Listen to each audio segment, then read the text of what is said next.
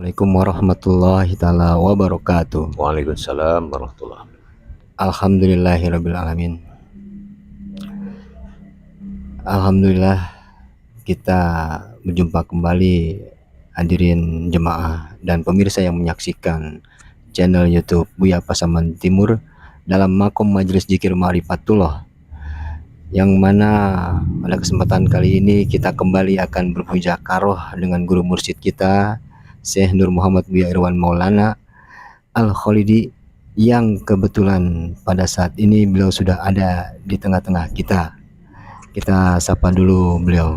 Assalamualaikum warahmatullahi wabarakatuh. Waalaikumsalam warahmatullahi wabarakatuh. Alhamdulillah, jemaah dan pemirsa sekalian yang menyaksikan channel YouTube ini.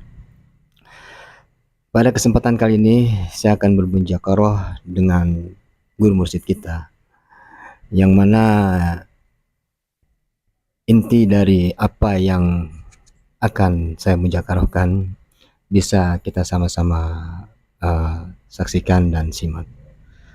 Assalamualaikum warahmatullahi wabarakatuh ya. Waalaikumsalam warahmatullahi wabarakatuh. Alhamdulillah ya, pada kesempatan kali ini bisa bertemu kembali dan bermujakarah kembali.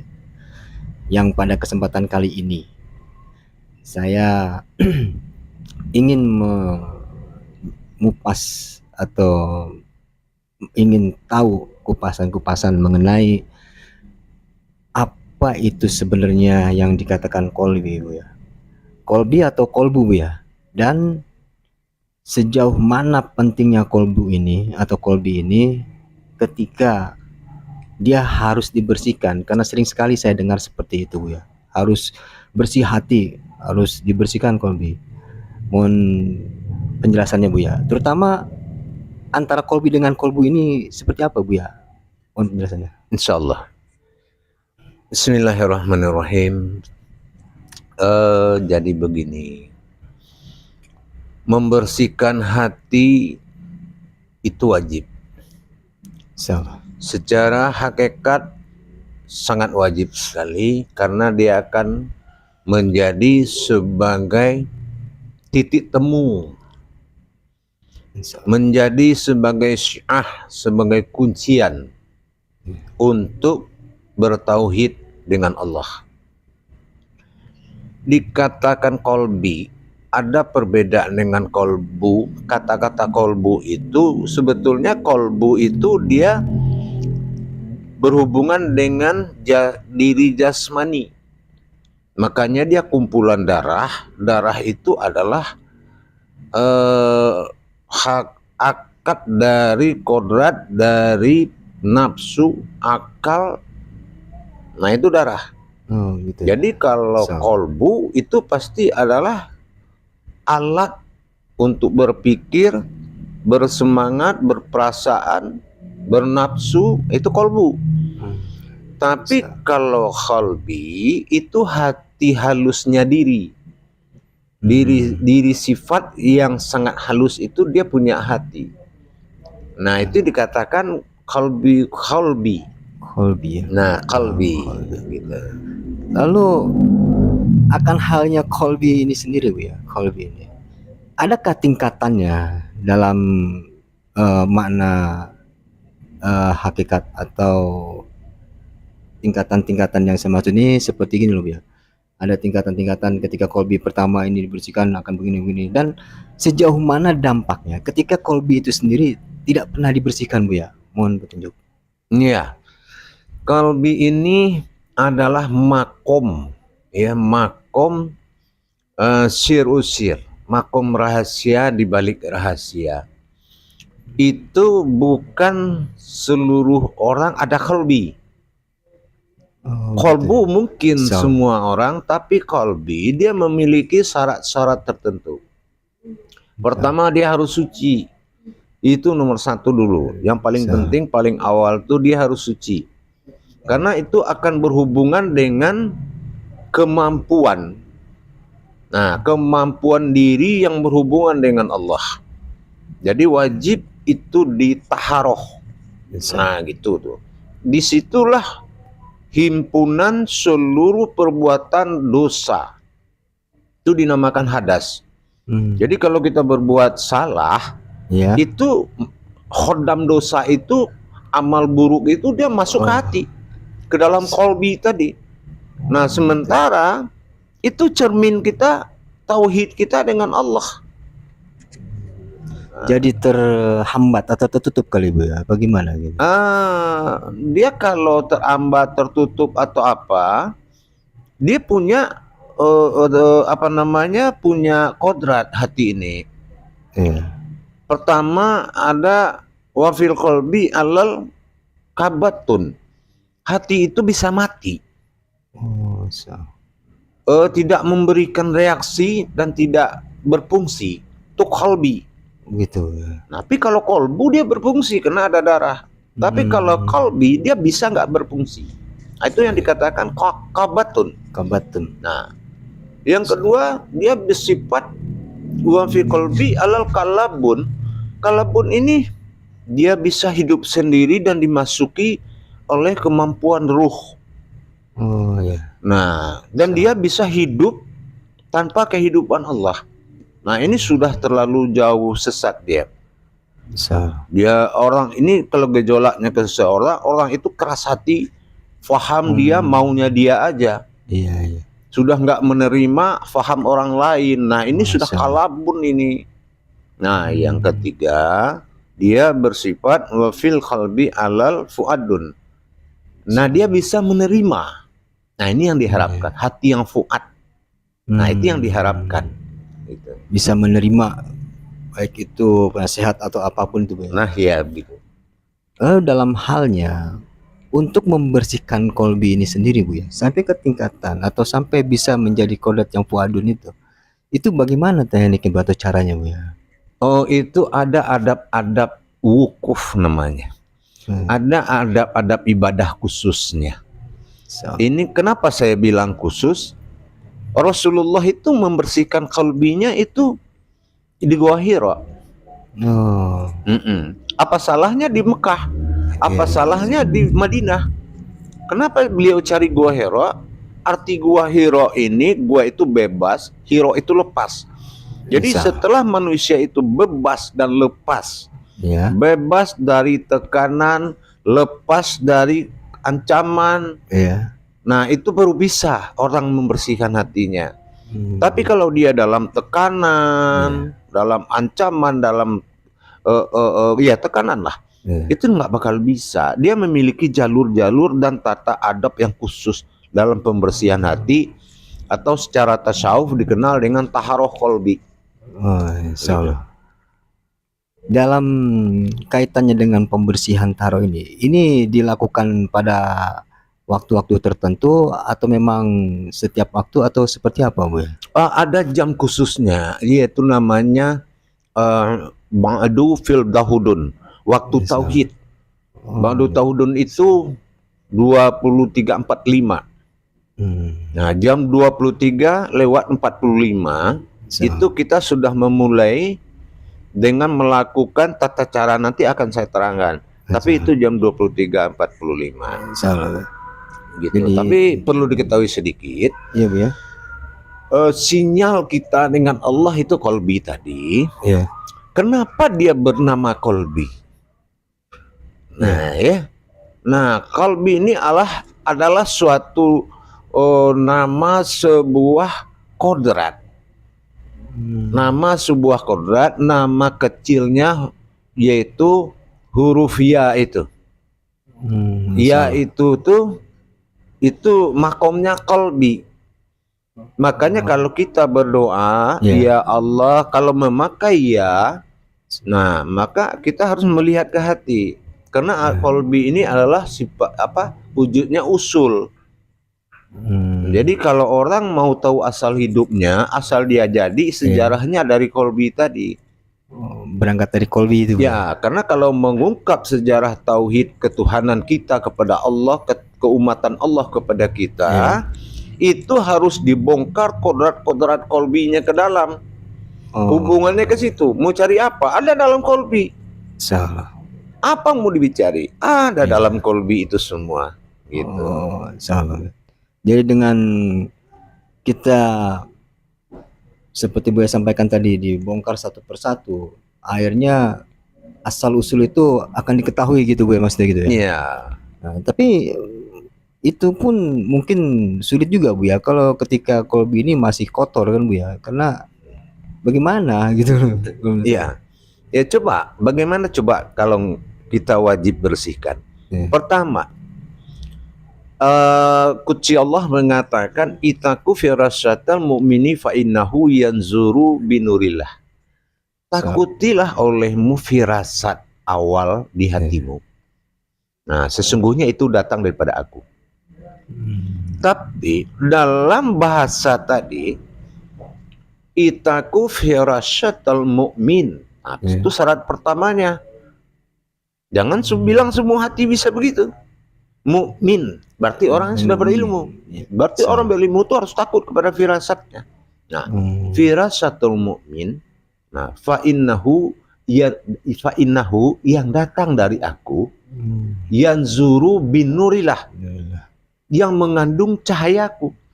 Jadi kalau sudah orang berilmu itu, begitu dia didatangi oleh sebuah cahaya, dalam dia bicara, dia berpikir, begitu muncul cahaya, dia langsung tafakur, menghubungi binurillah, cahaya Allah tadi. Terus dia akan mendapatkan rasa, apakah ada tamu yang mau datang, apa akan terjadi sesuatu. Berarti kan butuh pembersihan yang luar biasa. Jadi namanya taharoh. Dan ternyata dampaknya pun subhanallah, kita seakan-akan langsung dikasih tahu gitu Bu ya. Insya Allah seperti itu. Jadi langsung, jadi dikatakanlah kalbi ini memang berasal istilahnya kalbi mu'mini baitullah. Hati yang sudah berilmu itu rumahnya Allah. Kenapa tidak? Apa mungkin rumah Allah ada hadasnya? Allah subhanallah, dia maha suci. Kalau hatinya berhadas, benar Bu, akan entah seperti apa ya, keraslah, susahlah nerima, subhanallah, udah seperti apa kayak gitu. Lalu dengan taharoh ini Bu ya, adakah ciri-ciri khas orang yang selalu membersihkan hati ini Bu ya, dari zohirnya atau apanya gitu Bu? Jadi Rasulullah mengatakan taharutu fil qalbi wa ala ruhani wa fil jasadi. Apabila hatimu suci, maka rohanimu akan bersih dan jasadmu akan bersinar. Gitu ya. Itu dampaknya sampai begitu. Kenapa? Jangankan hadas, firasat, untuk berdusta hati ini nggak bisa. Mukazzabal fuadu marohat. Mukazzabal fuadu marohat. Sesungguhnya hati itu tidak bisa berdusta. Jadi kalau kita usahakan berdusta, kalau di dalam sudah nggak ada, kita nggak bisa berdusta. Kan kita berbuat buruk itu kalau ada yang buruk di dalam. Kita berbuat jahat kalau ada yang jahat di dalam.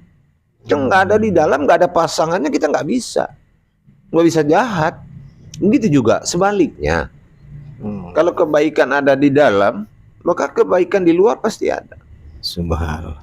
Gitu. Luar biasa ternyata dampaknya Bu ya. Nah, dari tata cara atau ini saya jadi tertarik langsung ke cara pembersihan nih Bu ya. Karena penting sekali seperti yang Buya sampaikan tadi. Sampai Allah pun bisa memberikan petunjuk-petunjuk melalui kolbi kita gitu Bu ya. Iya, penting sekali. Jadi ada orang pintar dalam agama, hebat dalam penyampaian, ilmu syiarnya bagus, terus dia hatinya, kolbinya kotor. Allah akan memperlihatkan kebenaran kotornya. Apa kebenaran kotornya? Penangkal kebatilan dari luar ke dalam itu nggak ada. Maka yang ketemu hasilnya adalah aib. Jadi jangan coba-coba kita mensyiar atau mengadakan kegiatan agama dalam kondisi hadas tinggi. Oh, Nah, karena masa. putaran ayat suci itu, Iya. wujud ayat suci itu naik dari hati, digerakkan jantung, disampaikan oleh mulut. Kalau hati kotor bagaimana pakai ayat suci? Iya. Sama aja kita ngaji bawa Al-Quran ke kamar mandi. Iya. Apa bedanya? Beda mimbar doang, Iya ya. ya kan? Benar ya. Nah, semakin salah semakin Allah murka. Kalau Allah murka, setiap dia ngaji, bawa acara pengajian, masalah timbul, hinaan timbul. Nggak dihina orang, dia yang menghina orang. Nggak Masa. dijelekin orang, dia yang jelekin orang. Iya. Karena hadas hatinya masih ada, rohaninya belum bersih, kalamnya itu tidak benar. Ayat-ayat yang dia baca itu ayat palsu. Apa ayat palsu? Tidak dari hatinya. Tidak muncul ayat di hati, tidak jantung yang menggerakkan, tidak bibir yang menyuarakan. Akhirnya Allah marah. Masya Allah. Sampai seperti itu ya. Sampai seperti itu. Makanya jangan memaksakan diri untuk membesarkan diri di jalan Allah tanpa membersihkan qalbi. Insya Allah. Putaran ayat suci. Kita bercerita itu putaran ayat suci. Cuma qalbi kosong, qalbi ini kotor, Allah nggak ada di dalam. Terus apa maksud syiar? Syiar itu kan tabarak Allah, menyampaikan amanah Allah. Iya. Nah, kalamullah, dari mana datang kalamnya kalau hatinya berhadas? Benar-benar. Nah, jadi perlu adab dan pelaksanaan pembersihan hati. Itu ada waktunya atau apa istilahnya, sekian lama, sekian hari, sekian bulan atau tidak Bu ya? Kalau lamanya mungkin kita mau seumur hidup ya. Oh iya ya. Nah, tapi minimalnya ada, maksimal tidak ada. Oh begitu. Minimalnya dia harus di atas jumlah sifat. Jumlah sifat yang menjadikan semuanya, jumlah sifat zohir itu 7, sifat batin itu 7. Jadi 14, minimal tuh 14 kali atau 14 malam supaya lebih tidak ada renggang. Jadi berturut-turut gitu Bu ya? Berturut-turut kalau bisa, namanya istiqomah. Insya Allah ya. Gitu.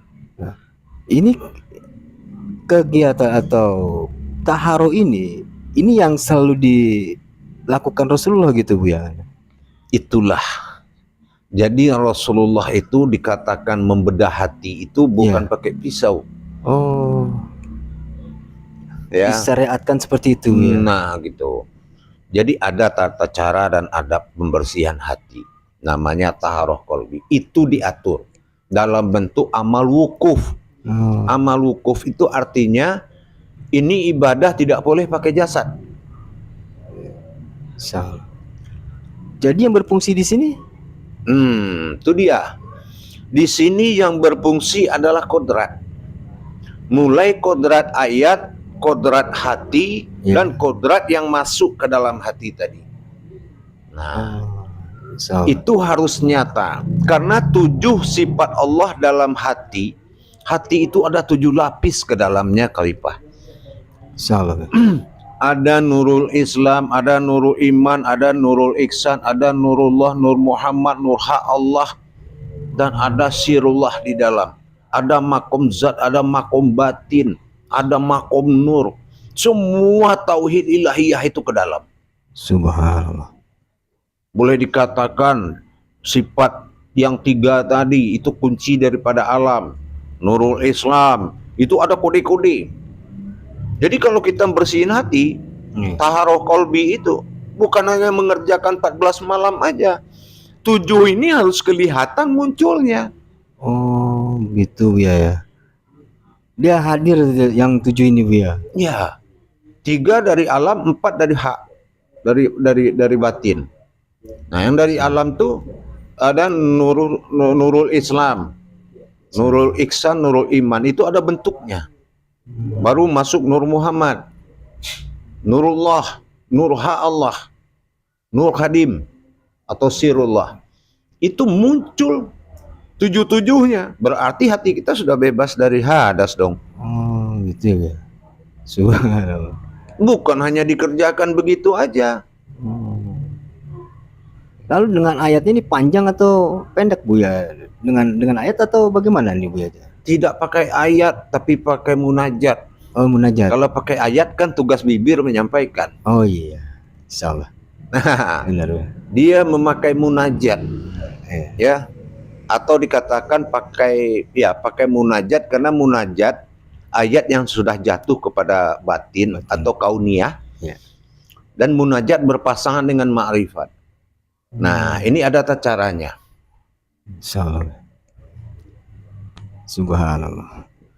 Terpikir saya kan, kalau selama kita hidup tidak pernah sama sekali dibersihkan kolbu ini, seperti apa diri kita ini, Bu? Ya. Subhanallah.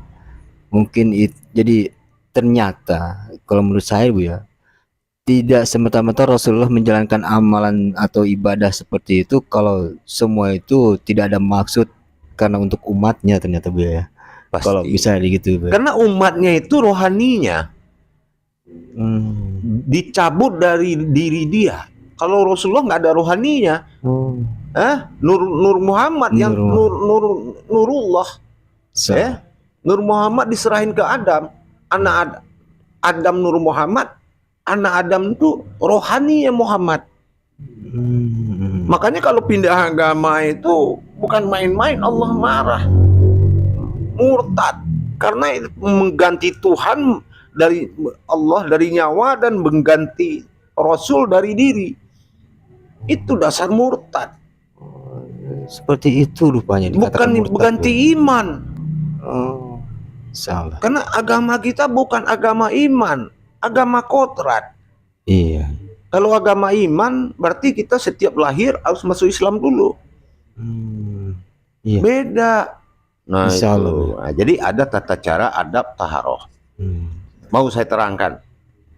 Kalau lihat dari pentingnya pembersihan taharoh kolbi ini sepertinya perlu tahu nih Bu ya. Nah, penting sekali nih Bu ya. Saya terangkan. Insyaallah. Jadi begini, jam 23.45 ya, kita laksanakan wudhu sholat 4 sunat. Insyaallah. Sholat hajat 2 rakaat, sholat istikharah 2 rakaat, sholat taubat 2 rakaat, sholat awabin 2 rakaat. Setelah kita lakukan sholat sunat hajat, sunat yang 4 tadi, kita langsung diam, duduk dalam posisi tahiyat akhir. Tangan kita harus pada posisi di sajadah. Duduk dalam posisi tahiyat akhir. Duduk kita.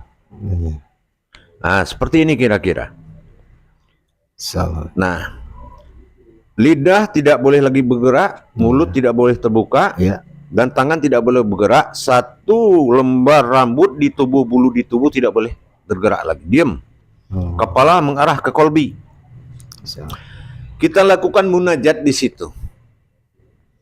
Nah, kita baca kitab-kitab besar diri kita. Kita baca bismillah dengan khusyuk, Al-Fatihah dengan khusyuk, surat Al-Ikhlas dengan khusyuk, surat An-Nas dengan khusyuk. Ya. Setelah itu baru kita bermunajat kepada Allah. Ilahi anta maksudi waradika manlubi. Assalamualaikum ayyuhan nabiyyu wa rahmatullahi. Ya kan? Assalamualaikum ya Rahman ya Rahim. Assalamualaikum ya Malikatul Habibillah wal Mukharabin. Wassalamu alaina wa ala ibadis sholihin. Setelah kita beradab dan bersalaman kepada si pemilik haji tadi, seperti 5 salam tadi, baru kita tundukkan kepala kita. Tapi sebelum kepala tunduk ke hati, nah, kita mengucapkan niat. Barakallah wa ibadatana taharutu fil qalbi wa ala ruhani wa fil jasati lillahi rabbil alamin. Nah, baru kita ucapkan barakallah ibadihi zikrullahu akbar. Nah, kepala sudah tunduk ke qalbi. Di situ kita melihat ke hati halus, pandangan ke hati halus, kita melihat hati halus itu diselimuti oleh hadas-hadas seperti abu rokok banyak, sehingga cahayanya sedikit sekali. Nanti ayat subhanallah, Ya. nah ini ayat subhanallah ini kodrat zohirnya seperti air embun di atas rumput di pagi hari. Bening bersih banget, tuh air subah namanya. Terbuat dari air Al-Kausar, air Zam-Zam. Nah wujudnya seperti itu. Salam. Ditarik melalui tasbih ke dalam dengan subhanallah, cuma tidak boleh diucapkan. Kita melihat ma'rifat, kita menyaksikan air itu menghancurkan hadas kotor tadi, Iya. yang seperti debu rokok tadi. Iya. Nah, kusuk kita di situ sambil berharap kepada Allah, terbuka pintu liga Allah, pintu azali, pintunya kolbi tadi. Karena kolbi itu dikatakan kolbi itu dinamakan alam tanizil khadim, yaitu alam azali, alam mati, alam sukun, alam yang tidak ada ruh di situ. Subhanallah. Cuma ada 7 kodrat.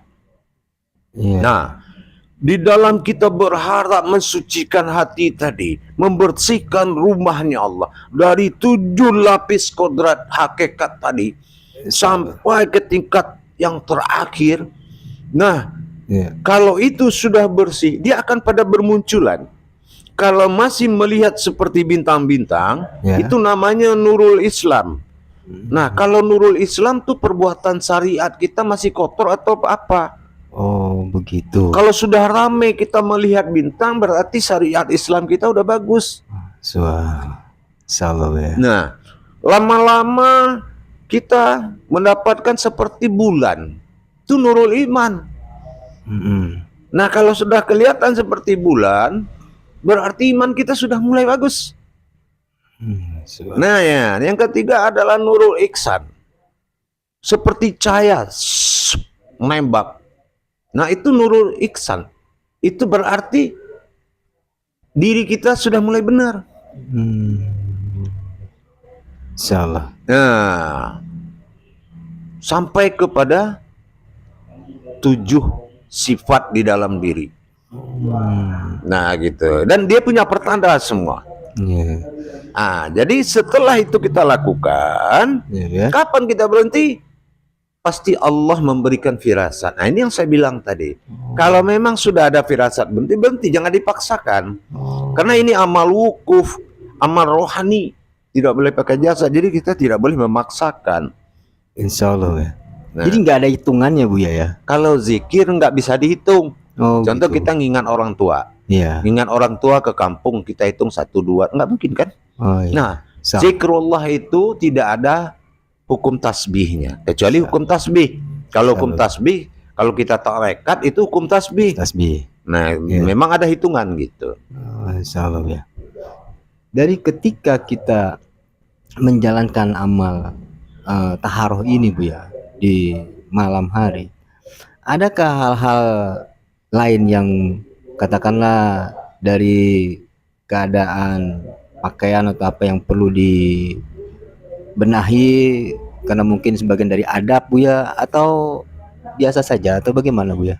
Ya, pertama tidak boleh berbau keringat. Makanya kita pakai minyak sunnah, karena malaikat tidak suka bau keringat orang.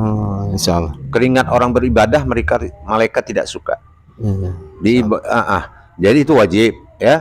Yang kedua, kepala itu harus dimakomkan pakai muhammad, ditutup.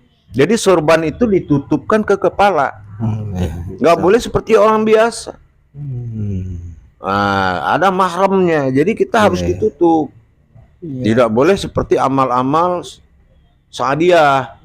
Ya, cuma pakai peci doang. Nah, itu adabnya nggak bagus. Insya Allah ya. Pakaian harus bersih, sejadah harus bersih semua gitu. Tapi kalau gejolak yang terjadi apabila ada yang namanya kita mengamalkan sebuah amal taharus seperti tadi Buya bilang, ada sekian banyak yang kita saksikan dan juga tadi Buya sebutkan tanda-tanda itu. Ini sebagian lagi bagaimana Buya kalau misalnya kita jalankan yang ini ada yang belum dikasih tahu Buya? Apa langsung hubungi Buya atau bagaimana? Kalau belum paham di komentar aja, Salah. nanti akan saya balas. Karena begini, lahut yang akan terjadi itu banyak, atau yang getaran ya. Pertama, malaikat Habibillah. Malaikat Habibillah ini malaikat, dia akan menguji kekusukan kita. Kadang-kadang kita merasa ada ditiup telinga, terus merasa seperti goyang, Salah. atau merasa ada benda yang jatuh, dengar benda yang jatuh, itu tetap diuji. 7 kali ujian tuh biasanya. Tapi kalau kita fokus kepada air subah ke dalam kolbi, itu lebih bagus. Karena kalau dalam pelaksanaan tadi ada dampak. Dampak itu apa? Seluruh persendian ini akan pegel. Tolong ditahan. Karena apa? Setan itu di persendian. Dia akan kocar-kacir. Nah, tengkuk berat, ini kaki selalu pegel, tangan pegel. Kalau dalam ini kejadian ini tangan sempat jatuh begini atau terpelintir begini, berarti batal. Karena wuduknya adalah adab. Salah. Jangan diulang malam itu juga, nanti lagi besok malam. Berarti selesai gitu ya? Ya, berarti selesai, berarti kita kalah. Ya, salah. Nah, gitu. Belum dapat 1 poin ya? Nah, belum. Ya, Dari 14 minimal. Salah ya. Luar biasa sekali. Alhamdulillah Buya. Dari yang Buya sampaikan tadi, ya katakanlah begitu pentingnya kolbi itu, sehingga kenapa harus dibersihkan, karena hadas-hadas itu, hadas-hadas yang ada di situ. Di sini Buya juga tadi sudah jelaskan bagaimana tata caranya. Moga-moga menjadikan suatu hikmah dan mohon keriduannya Buya untuk diamalkan Buya. Silakan, insya Allah saya ijazahkan kepada kita semua, karena itu adalah suatu kewajiban yang paling penting. Percuma punya kajian banyak, pengalaman banyak, ilmu banyak, rumah Allah itu kotor. Percuma. Karena apa? Allah hanya melihat hati seseorang, tidak melihat amaliyah seseorang. Hatinya yang dilihat oleh Allah. Makomullah itu adalah makom fi sifat. Makom fi sifat adalah hati, makom fi zat itu adalah kodrat. Jadi itu wajib. Jadi bukan sekedar amaliyah atau ibadah namanya ini taharoh. Makanya hukum Islam itu, prinsip hakikat Islam itu 3. Takhali masa suci, tahali masa pengisian, tajali itu masa memperjalankan. Salah. Jadi pengisian, pembersihan, pengisian, dan masa memperjalankan. Jangan memperjalankan dalam posisi hadas. Nah itu ya, makanya namanya taharoh. Ta itu ibadah, ha itu zat, roh itu kehidupannya. Jadi kehidupan hati itu. Jadi ibadah taharoh itu adalah ibadah yang dilakukan oleh zat Allah ke hati kita. Insya Allah. Nah gitu ya. Alhamdulillah dapat ilmu lagi Buya pada malam hari ini. Insya Allah. Insya Allah. Berbagi kita. Insya Allah. Demikianlah tadi pemirsa, hadirin dan jemaah, seperti yang tadi kita saksikan dari awal, dan pada kesempatan kali ini turun ilmu amal ibadah yang guru mursyid kita pun sudah ridhoi untuk bisa kita laksanakan insya Allah. Namun di ujung saatnya waktu ini memang terbatas. Di ujung waktu ini kembali saya mohon keikhlasan Buya untuk menyampaikan pesan dan nasihat seperti biasa Buya. Silakan. Insya Allah nasihat saya, janganlah kita memaksakan diri untuk menjalankan sebuah perintah Allah sebelum melaksanakan yang hak bagi Allah, yaitu mensucikan hati. Janganlah kita memaksakan diri mengamalkan apapun dalam keadaan hati berhadas, karena itu adalah amal sia-sia. Nah, ini saya berharap lebih baik kita belajar memeriksa diri untuk mendapatkan rasa pada diri, agar kita jauh dan terhindar daripada merasa bisa tapi tidak bisa merasakan. Nah, insya Allah itu aja. Mudah-mudahan insya Allah kabul. Kembali jemaah dan pemirsa yang menyaksikan channel YouTube Buya Pasaman Timur dalam makom Majelis Dzikir Ma'rifatullah, akan halnya tadi yang dari awal disampaikan mengenai tata cara pelaksanaannya. Apabila kurang paham, bisa menghubungi guru mursyid kita, dan nomor teleponnya tertayang di sampul videonya. Dan demikianlah tadi pesan dan nasihat dari beliau di akhir acara ini. Semoga apa yang tadi disampaikan, baik nasihat maupun ilmu, bisa kita sama-sama laksanakan dan menjadikan amal ibadah yang berakibat kepada keberkahan dan nilai yang tinggi di mata Allah. Demikianlah hadirin pemirsa sekalian, para jemaah. Kurang lebihnya saya Khalifah Sati Haji Muhammad Swadi Al-Waliyuddin mohon maaf. Billahi taufik wal hidayah. Wassalamualaikum warahmatullahi taala wabarakatuh. Waalaikumsalam warahmatullahi wabarakatuh.